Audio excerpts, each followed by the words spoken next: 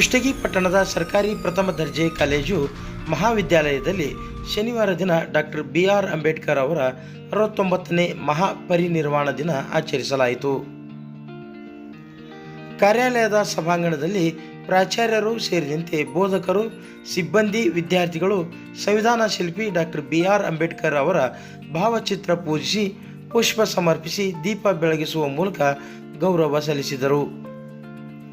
ಈ ವೇಳೆ ಮಾತನಾಡಿದ ಕೊಪ್ಪಳ ವಿಶ್ವವಿದ್ಯಾಲಯ ಕುಲಸಚಿವ ಪ್ರಾಚಾರ್ಯ ಡಾಕ್ಟರ್ SV ಡಾಣಿ ಅವರು ಆಧುನಿಕ ಭಾರತದ ಶಿಲ್ಪಿ ಮತ್ತು ಸಾಮಾಜಿಕ ನ್ಯಾಯದ ಪ್ರತಿಪಾದಕ ಡಾಕ್ಟರ್ BR ಅಂಬೇಡ್ಕರ್ ಅವರು ಸಹೋದರತೆ, ಸಾಮಾಜಿಕ ಸಮಾನತೆ, ನ್ಯಾಯ ಮತ್ತು ಅಂಚಿನಲ್ಲಿರುವ ಸಮುದಾಯಗಳ ಸಬಲೀಕರಣಕ್ಕೆ ಜಾತಿ ಆಧಾರಿತ ತಾರತಮ್ಯದ ವಿರುದ್ಧ ಹೋರಾಟದಲ್ಲಿ ಪ್ರಮುಖ ಪಾತ್ರ ವಹಿಸಿದರು. ತಮ್ಮ ಬದುಕಿನ ಕೊನೆ ಘಟ್ಟದಲ್ಲಿ ಹಲವಾರು ಜನರೊಂದಿಗೆ ನಾಗಪುರದಲ್ಲಿ ಬೌದ್ಧ ಧರ್ಮ ಸ್ವೀಕರಿಸಿದರು.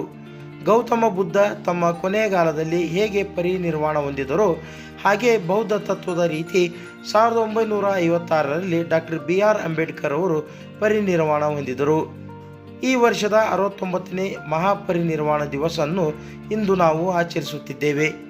ಅಂಬೇಡ್ಕರ್ ಅವರು ಸಾರಿದ ಸಹೋದರತೆ, ಸರ್ವರಲ್ಲೂ ಸಮಾನತೆ ತತ್ವವನ್ನು ನಾವೆಲ್ಲರೂ ಜೀವನದಲ್ಲಿ ಅಳವಡಿಸಿಕೊಳ್ಳೋಣ ಎಂದು ಹೇಳಿದರು.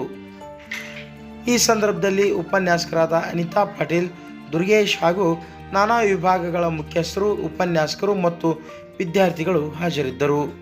ಅಧ್ಯಾಪಕ ಮಿತ್ರರೇ ಹಾಗೂ ವಿದ್ಯಾರ್ಥಿಗಳೇ, ತಮಗೆ ಇವತ್ತು ಗೊತ್ತಿರುವ ಹಾಗೆಯೇ 1956 ಡಿಸೆಂಬರ್ 6ರಂದು ಡಾಕ್ಟರ್ BR ಅಂಬೇಡ್ಕರ್ ಅವರು ಪರಿನಿರ್ವಾಣ ಹೊಂದಿದ ದಿನ. ಹಾಗಾಗಿ ಅವರಿಗೆ ಇವತ್ತು ಗೌರವಾರ್ಥವಾಗಿ ಆ ಪರಿನಿರ್ವಾಣ ದಿನವನ್ನು ನಾವಿಲ್ಲಿ ಆಚರಿಸುತ್ತಿದ್ದೇವೆ. ತಮ್ಮ ಬದುಕಿನ ಕೊನೆಯ ಘಟ್ಟದಲ್ಲಿ ಬೌದ್ಧ ಧರ್ಮಕ್ಕೆ ಅವರು ಮತಾಂತರಗೊಂಡು 5 ಲಕ್ಷ ಜನರೊಂದಿಗೆ ನಾಗ್ಪುರದಲ್ಲಿ ಹಲವಾರು ಜನ ಬೌದ್ಧ ಧರ್ಮವನ್ನು ಸ್ವೀಕರಿಸಿದರು. ಹಾಗಾಗಿ ಹೇಗೆ ಬುದ್ಧ ಮುಂದೆ ತನ್ನ ಕೊನೆಗಾಲದಲ್ಲಿ ಪರಿನಿರ್ವಾಣ ಹೊಂದಿದ, ಹಾಗೆಯೇ ಡಾಕ್ಟರ್ BR ಅಂಬೇಡ್ಕರನ್ನು ಕೂಡ ತಮ್ಮ ಪಾಲಿನ ಬುದ್ಧ, ತಮ್ಮ ಪಾಲಿನ ಬೆಳಕು, ತಮ್ಮ ಪಾಲಿನ ಶಾಂತಿ, ನಮಗಾಗಿ ಸಹೋದರತೆ, ಸ್ವಾತಂತ್ರ್ಯ, ಸಮಾನತೆ ಇವುಗಳನ್ನು ಒಡಗೂಡಿಸಿದಂಥ ಈ ಮಹಾನ್ ವ್ಯಕ್ತಿ ನಮಗೆ ಬೌದ್ಧ ತತ್ವದ ರೀತ್ಯ ಅವರು ಕೂಡ ಪರಿನಿರ್ವಾಣವನ್ನು ಹೊಂದಿದರು ಅಂತ ಹೇಳಿ ಆ ಗೌರವವನ್ನು ಎಲ್ಲ